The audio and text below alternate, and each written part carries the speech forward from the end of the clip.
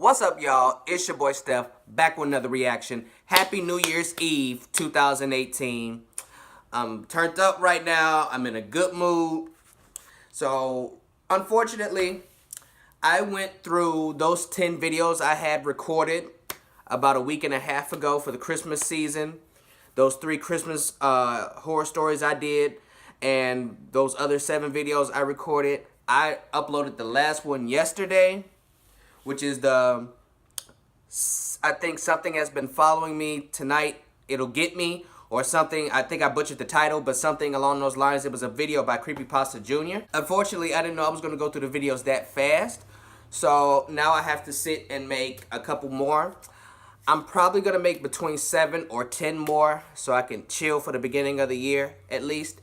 So right now we have Let's Read 4 True New Year's Eve Horror Stories from Reddit. It was uploaded December 30th, 2016, so it's just been 2 years since he dropped it.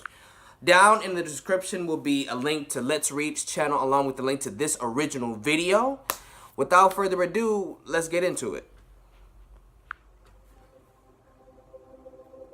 My significant other Kyle and I went to an absolutely fantastic concert for New Year's Eve. We met up with a few friends, but they all left right after midnight. The bands were great, so we wanted to stay for the rest of the show. Kyle got a call from a good friend Nathan around 1 a.m. Nathan said he was at the same bar and wanted to know if we were still there. We were stoked, because Nathan never gets out of the house. He's a super cool guy and we love hanging out with him. He had his girlfriend with him, who I like a lot, and his friend Derek. I don't like Derek at all. Derek just gives off a creepy vibe. He talks slow and monotone, and he stares for too long and leans in too close. Watch him. He is Nathan's pity friend. They were best friends for a long time, and Derek's family did a lot for Nathan during a rough time. Nathan will bring him along every now and then because he feels obligated at this point, but he has no trust in him whatsoever. Derek is also a drug addict. Anyways, we all hang out and have some laughs. Derek sits there being freaky as usual, just staring at everyone. When he would speak, it would be something off the wall and completely unrelated to anything we were talking about. Once he looked at Dawn and I and said, "I think it'd be really weird if you two made out."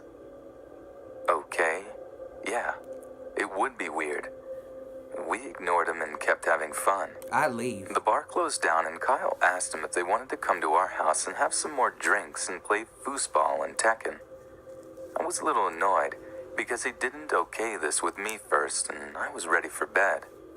I wasn't that upset though. I know that Kyle likes to have his company. I told Kyle that I wouldn't mind if it was just Nathan and Dawn, but I don't want Derek in our house. I don't trust him.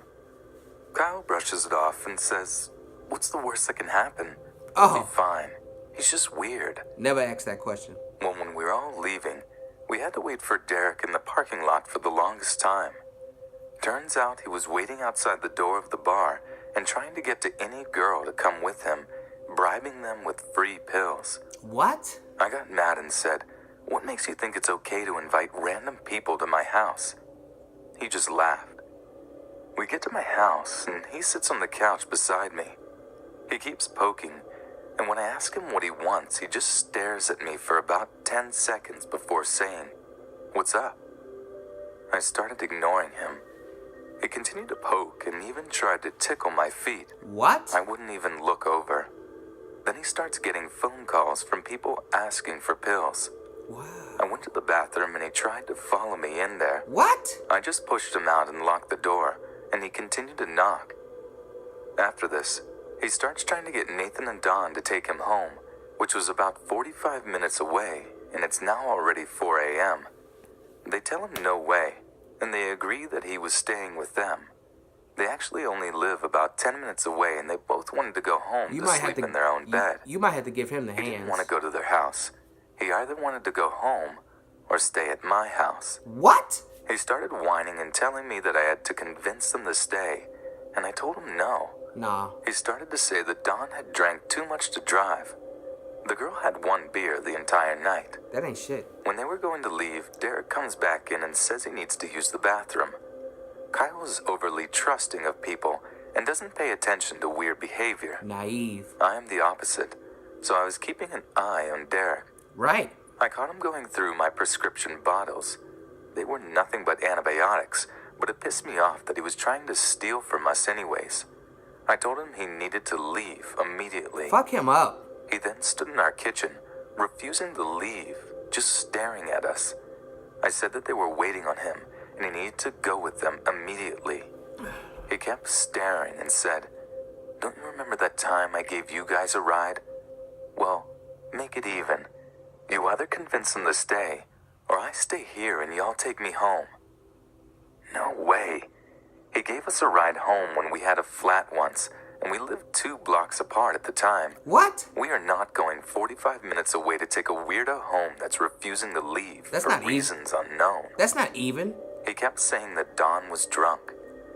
Kyle speaks up and says, "If you get in a roadblock, I'll come get you." Go to. He says, Go- "Well, are you going to post the bail too?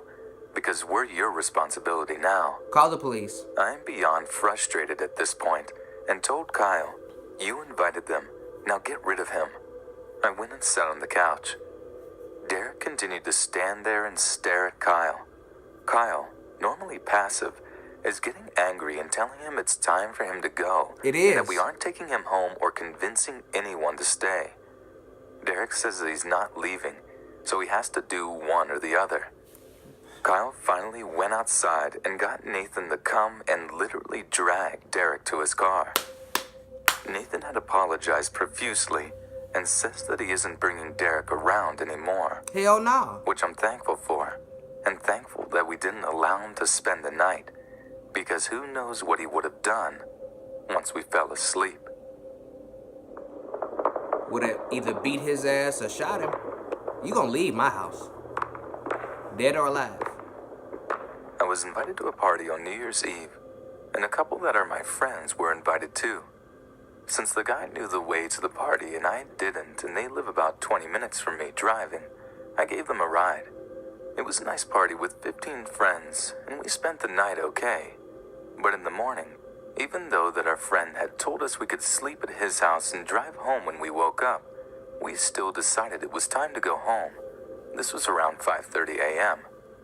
I drank only a bit of champagne so I could drive, and both my friends from the couple drank almost nothing since they were spending the next day with the girl's family and didn't want to be hung over, so we were sober when this happened.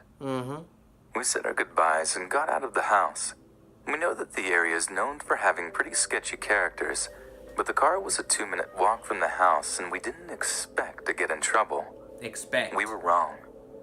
So as we got out of the house, there was this one guy just standing in the middle of the parking lot, smoking what smelled like weed. We walk on the opposite side of the road of this guy, but he starts messing with my girlfriend.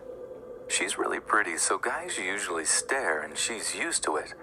But this guy starts making infelicitous comments to her, with her obvious boyfriend, my friend, that has his arm around her, right there. Beat his ass. We look at him, but say nothing since we are right next to the car when he starts walking towards us. So we get in and I quickly lock the doors and drive away fast before he can catch up to us. But since that town was unknown to us and big, we had to stop and turn the GPS on. After we do this, we get on the road, but immediately have to stop at a red light. A car stops right next to us, which would be normal if it wasn't like 5:45 a.m. We look at it, and that creepy guy is inside, staring at us. At this time, we started commenting that he probably saw our car stopped and was waiting for us to ride away. But we didn't want to freak out, so we just kept looking forward and kept driving, thinking we were probably overreacting, and that this guy could just be going the same way as us. No. But as the drive continues, we get on the highway. So does the guy, and he is obviously stalking us. When I speed up, he speeds up. When I slow down, he slows down. I even pretended I was going to leave the highway in one exit and quickly return to the main highway road, and he copied that exact same move. We start freaking out, but keep driving as me and the girl's boyfriend try to calm her down, saying there are 2 of us and only one of him, Oh, that don't mean who was that. very lightly high. We are not that huge. I'm like 5'9", 140 pounds, and her boyfriend is like 5'10", 154 pounds. He can have a weapon. And the guy, besides being tall, was really skinny too, and we were just afraid of how crazy he was. Yep. Crazy enough to stalk us. 40 minutes of stalking later, we get out of the highway so I can take them home. But I stop 2 streets away from my girlfriend's house, and the car stops behind us, making her boyfriend jump out of the car and me following him. I wouldn't let him be alone. We don't know how crazy that guy is, and I have a really heavy bat in my car, which I take with me. It's forbidden to have this kind of thing in cars in my country, but whatever. I have it anyway for protection. Just a bat? As we start approaching the car, he quickly speeds up, making a U-turn and driving away, back for the highway. Or so we thought. My friends take their stuff and say they can make the walk home. It's about 3 minutes, going between the buildings and avoiding the roads. So we say our goodbyes, and I get back to the car and start driving to the highway to get home. As I make the U-turn to get close to the highway, I see that creepy guy's car waiting there, and he starts following me again, probably thinking my girlfriend is still there. Now I freak out a little bit more. I'm alone, and even if I have the bat in the car, I don't know what this guy has in his. Right. So we get on the highway and I start driving normally, pretending I didn't see him. And the second I see 2 huge trucks in front of me, I speed up and pass between them. At this time, I'm driving around 87 miles per hour, looking at my rear view mirror to see if I'm losing the guy. My exit appears, and I take it. I get off the main road into a side road from where I can see the highway and stop there. I turn off the car lights and look at the highway, and see that guy's car get off of the highway, but quickly getting back on. I guess I really lost him, and he just got out and re-entered because the place where I live is the last exit where the highway is free of charge. I calm down and drive home all the way looking behind my shoulder. Nothing really happened, but my greatest fear was for my friend and for me after I was alone. I always expect the unexpected. Y'all should have got out and jumped his ass. A few years ago, I was 19. I'm a female, and I was coming home from watching the fireworks display on New Year's Eve. It was 3 a.m. when I reached my safe, family-friendly, nothing ever happens neighborhood. I'm from Sydney, Australia, and live in a posher and wealthier neighborhood. My friends wanted to call a taxi because we didn't want to wake our poor parents at this hour to drive us back home. Because of my stubbornness and insistence, we ended up taking the very long walk home. My friend Aiden was complaining most of the time. Guess you can't blame him.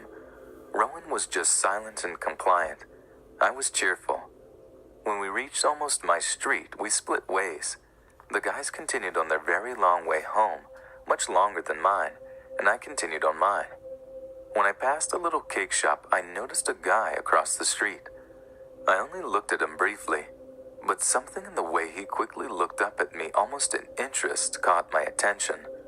I hurried on anyway, because I'm usually paranoid about things, and 99% of the time, it's just me being paranoid. Yeah. I turned onto my street, which was much darker than I had anticipated. This was about 3:15 a.m., mind you. As I passed the bowling club and the oval, I kept looking behind me just to make sure. It was getting quite cold and dark, so I started feeling creeped out. But there was no one behind me, no one anywhere as far as I could see. I was halfway down my street where the road dips down when I noticed something on the path in front of me. I couldn't tell what it was, and at the last moment I stepped off the path onto the road to avoid it because it looked like it might be a dead animal. And as I stepped onto the road, I turned slightly and saw that there was someone behind me.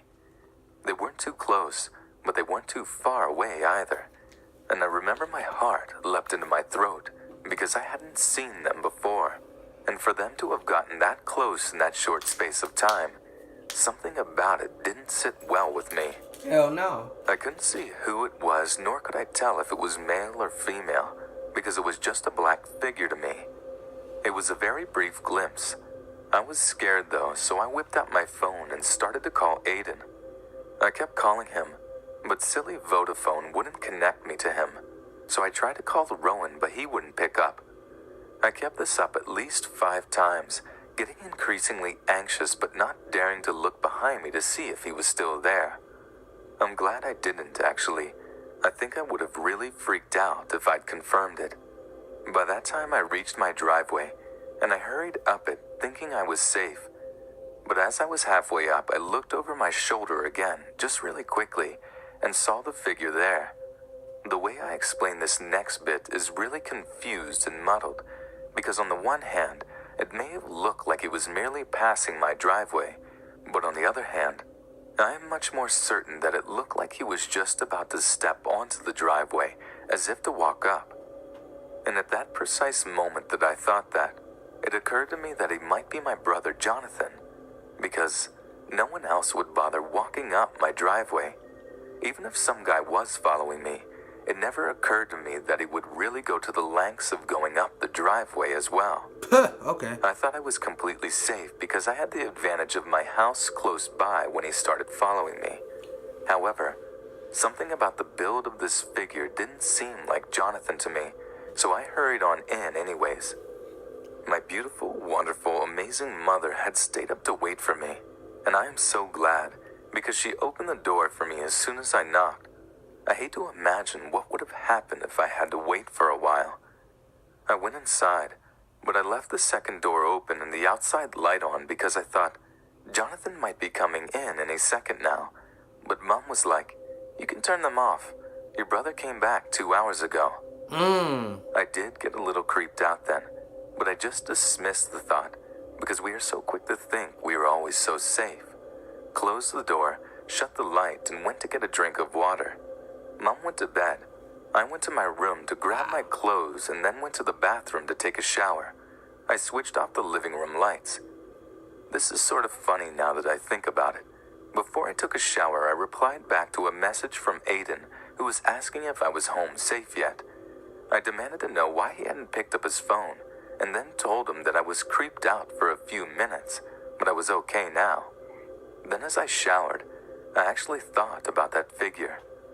I wasn't too convinced that it was following me, but my mind did teeter into wondering this or that. In any case, I remember thinking it was okay because I was safe now. Then near the end of my shower, I heard something at my window. It didn't sound like the usual creaking or bumping of an old house.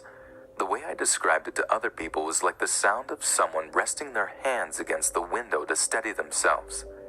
It sounded really unnatural, I know, because it got my attention straight away, and I immediately jumped to the possibility that there might be someone outside. And I know that only a really strange sound would make me do what I did next, which was to turn off the water and crouch under the window, hiding and waiting. I waited for quite some time, too scared to move for a few minutes, but there was nothing. So I gingerly crawled out, still too scared to stand up properly, and I switched off the bathroom lights. But then it was impossible for me to dry myself and dress myself, so I turned on the heater light, which is much smaller and dimmer. But as I did that, I noticed at the window that there were very small blue lights there that certainly never belonged there. The way I can describe it now, it was almost like a keypad of a phone lit up. I was so scared, but I switched off the heater light as well and backed into the corner, my towel wrapped around me, and I waited. Someone's recording It seemed you? like a long time that I waited, too scared to unlock the door and move because I knew it would make a lot of noise. And as I waited in pitch darkness, several blue lights came on outside the window. You're being Like recorded. a few. It became very bright, and they were moving it, trying to shine it through the window. Now that I think about it, was it a phone? I'm not sure. There were a few lights, but that did it. I practically bolted for my mom. I unlocked the door and went into my parents' room, trembling like a leaf and gibbering that there was someone outside the bathroom window. I was clearly very upset, so Mom ushered me around trying to find a safe room for me to change into. And Dad apparently heard the footsteps hurrying back down the driveway, and I am glad he did, because the situation feels so surreal to me now that I'm not even sure if it really happened. Maybe I imagined it all, but this is confirmation that it wasn't just my imagination. I was so shaky, I slid into bed and couldn't sleep the whole night until it was morning. And even when it was morning, I was still terrified, especially when I heard Dad leave the house and go into the backyard. So that's my lesson learned. Never walking home at night again. I'm even a bit worried during the daytime. We never did find out who it was. People wonder if it was the same person I'd passed earlier. Yeah? But I don't know. Probably. My brother doesn't think so either. He says it may have been someone lurking at the oval who came out of a little hole as I was walking past the supposed dead animal on the path, because of how suddenly they appeared behind me. Please don't walk home at night alone, girls. It only takes one moment for you to be in the wrong place at the wrong time, and it can go very wrong. Either you were being recorded and it had the little flashlight on trying to see in the dark, or he was shining a flashlight into the dark bathroom. Nasty. This is by far the most creepy thing that has happened to me to date. I usually feel fairly safe in my town, but this one incident had certainly awakened me to the fact that no place is perfectly safe. Hell no. It was New Year's Eve, when my friend called me and asked if I wanted to go to the New Year's Eve festival at the beach with her friend and her boyfriend. Being the kind of person who normally just stays at home and does nothing special for this particular holiday, I of course agreed. Every New Year's Eve, my town holds a festival at the beach in celebration. Rides and games are set up, bands play live music, clubs hold late-night fancy dress parties, and at midnight on the dot, a series of firework displays are put on for the public. Normally thousands of people show up, so the beach can get quite loud and crowded, but it's still a pleasant atmosphere all around. Before hanging up, my friend Jess asked me if I will pick her up and her boyfriend Tyler on the way to the beach. She also lets me know that one of her other close friends is coming along and that we should go straight to her unit so that we can all walk down to the festival together.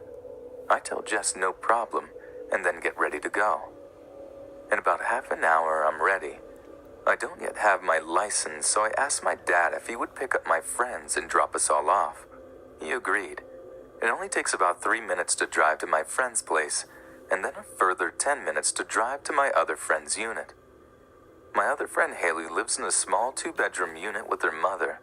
The unit is right next to the beach and only takes around 5 minutes to walk down to where the festival takes place. When we arrived, she was already outside waiting for us, standing on the balcony and enjoying the sunset. We all file out of the car, making sure to thank my dad for dropping us off, and then head upstairs to greet Haley. We all hug and begin to catch up as we hadn't seen each other for a couple of months. Graduation, work, and life got in the way. We all headed inside for about 10 minutes to grab a drink and catch up a bit more. Haley's mother came out and talked to us for a bit as well. At this point, the sun had almost well and truly disappeared, and so we decided this was the perfect time to head down to the festival. The walk down to the beach was pleasant. It was a warm summer night. There was a cool breeze to ward off the heat, and the whole area smelled of cotton candy, buttered corn, and warm donuts. We spent the first few hours going on rides together, and then we went out and bought some food and sat on the sand to eat. So far the night was amazing, as usually whenever I went out with friends there was always a parent with us. No parents this time. It felt great. It felt like freedom. After eating, we went up to the stage where the live bands were playing and danced for about an hour. There were plenty of classics being played, such as YMCA, Time Warp, and various hits from Greece. All in all, it was a really fun time. After an hour of dancing to the music, the 4 of us decided to head back to Haley's unit for a drink of water, as we had spent all of our money. At this point it was well and truly dark, around 11 o'clock, and the heat of the day had subsided to a pleasant warmth. We walked along the path merrily, saying Happy New Year to every passing group or cop. A few partygoers on the 4th floor of an apartment complex shouted, "Hope you have an epic New Year," drunkenly at us. We laughed and wished them the same. As we walked further away from the crowds and the noise, the light grew less and less. There aren't many street lights near my friend's unit, and we were soon engulfed in a soothing darkness with only the moon to light our way. It was at this point that I, for some reason, began to feel uneasy. It was too quiet for my taste. You know that feeling you get when you're being watched, or at least think you're being watched? Yep. That exact feeling washed over me. You're being and watched. I subconsciously moved to walk in between Haley and Tyler instead of walking on the outside of the group. I shrugged off that feeling after that, attributing it to the fact that perhaps my ears were just used to the loud noises of the festival. They were, after all, ringing a bit. We ran into another group of people we knew from school along the way. Don't shrug and shit the off. feeling was completely forgotten. I had missed these people after graduation and immediately struck up friendly, lighthearted conversation. We parted ways as we made it to Haley's unit block and climbed the stairs to her unit. Haley's mother and the mother's boyfriend greeted us upon arrival, and we all got a drink of water from the refrigerator before relaxing together on the couch. We were all a tad worn out at this point, and the fireworks weren't for another hour, so we decided to chill at the unit and head down to the beach at around 11:45. We all joked around and had a snack, and then Haley asked if she can sleep over at my place. I ring my folks, check if it's okay with them, and they give me the okay. My parents love having Haley over. She's a very well-mannered person and likes to help out where she can. At 11:45, we all leave the unit and begin heading down toward the beach. We only get a minute down the road before Haley says that she has forgotten her pain medication for her bad knee, which she is supposed to take before bed. At this, Jess seems to be a little annoyed, but reluctantly agrees that we should go back so that we don't have to make another trip back to her place at the end of the night. We head back, and the whole way Jess seems a little distant, like her mind isn't on the conversation at hand, and she's focused on something else. I'm the most quiet and observant one of the group, so I notice her silence pretty quickly since usually she's a big chatterbox. I ask if she's all right, and she replies with, "Of course." And so I simply leave her to her thoughts. Don't believe that. After retrieving Haley's pain medication, we head back out again. This time Jess suggests we walk on the other side of the road where it is more well lit, and there are parents with their children on the playground. I think nothing of it and agree, as both Haley and I have poor night sight, and a bit more light would be rather welcome. When we are halfway across the road, Jess mutters to us, "Don't look behind us." My first thought is that maybe there's a drunk with their pants down taking a piss against the wall or something, but then Jess adds, "Walk faster." I begin to feel uneasy and immediately obey her request, knowing that whenever Jess seriously tells us to do something, it's usually for a good reason. Yeah. None of us look back, despite that nagging human instinct to look. Right. I trust Jess. When we are across the road, I ask Jess what is wrong and what has her so on edge. She replies to me, "There's 3 guys in black hoodies following us. Oh, hell no. I recognize them from earlier." Earlier? I think to myself, puzzled, and then Jess explains that she saw those same 3 men. They had to be men. They were tall and bulky when we came to the unit for water earlier. A chill runs down my spine at this, and I realize that my sense of being watched probably came from those men. Yep. What made me even more creeped out was the fact that they had waited all that time for us to come out. Mm-hmm. Unable to resist, I glance sideways out of my peripheral vision, and my heart hammers in my chest when I notice the 3 men. They are indeed rather pointedly following us, and they have their hoods zipped up all the way to their chins. This would not be so unusual if not for the fact that it was a hot night. There was no need for a hoodie or any kind of jacket, and they were wearing bandanas over their mouths and noses. I couldn't make out either of their facial features, and this scared me. They're on bullshit. Jess prompts us not to look and suggests we walk even faster. We do so, despite the fact that Haley, Tyler, and I are all tall and strongly built people. I should mention now that I am an 18-year-old female, and despite my build and reasonable strength, I understandably didn't want to tangle with 3 big, unknown men dressed in all black with bandanas covering their features. Right. It crossed my mind that they probably thought we were good targets. Jess was short and thin, They most likely heard that Haley needs pain medication. I walked with an obvious limp as I have arthritis in my right knee, and Tyler had his hands full, being the pack mule as they call it. Despite Jess's instruction, I can't help but give the occasional glance at the three men, and of course they continued to follow us. It's time to run. They had even increased their pace to nearly match ours, and kept looking over at us. I think they meant to intimidate us, as they made it quite obvious that they were staring at us. Call the police. I ceased to look after realizing they could probably tell I was keeping an eye on them, and instead opted to use my keen hearing to make sure they stayed across the road. I wasn't fond of this, as they could have had a knife or gun or anything if they had suddenly sprinted at us and I wouldn't be prepared. Yep. But I didn't want to provoke them by staring. I am not a fast runner, and my stamina leaves much to be desired. At this point, the path ends and gives way to bushes and shrubs.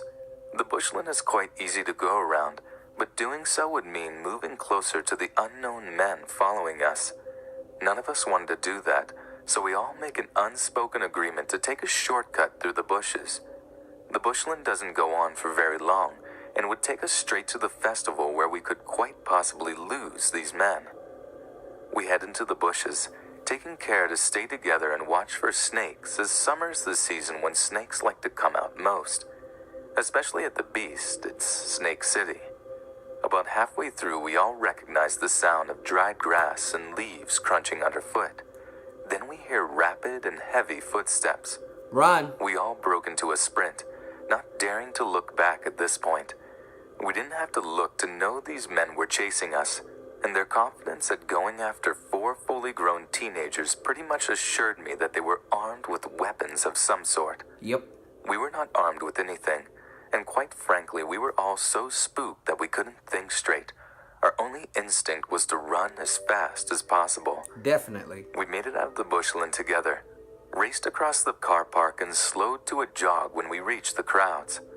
We didn't stop, but as we steadily slowed to a hurried walk, I looked over my shoulder and recognized the 3 unknown men lurking across the car park. Lurking.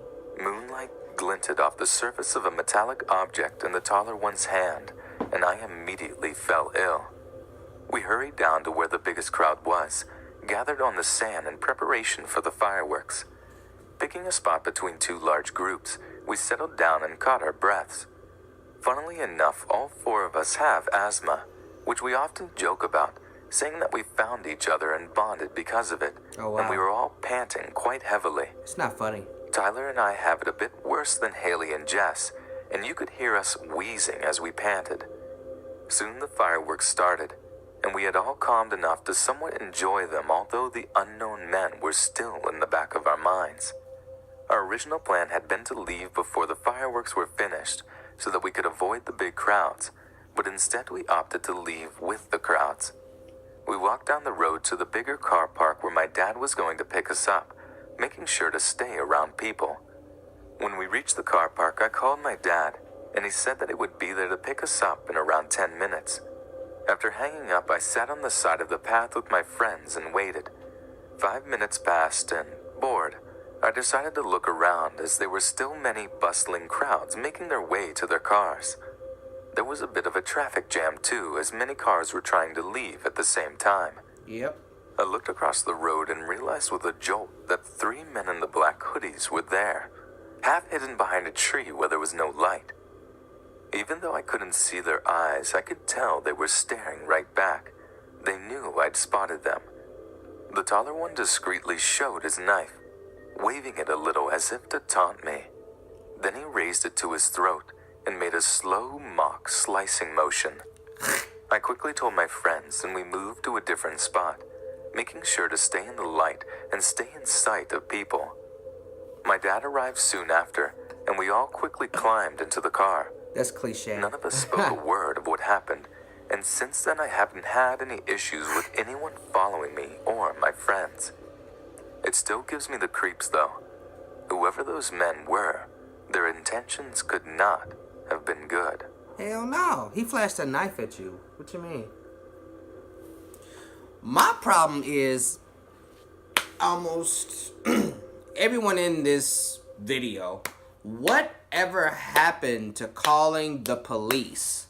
I understand cops don't have a big fan base. Not many people fuck with them. More people like the police than hate the police, but there is still a substantial amount of people who don't like the police and who think that calling the police is not really going to solve the issue or issues at hand.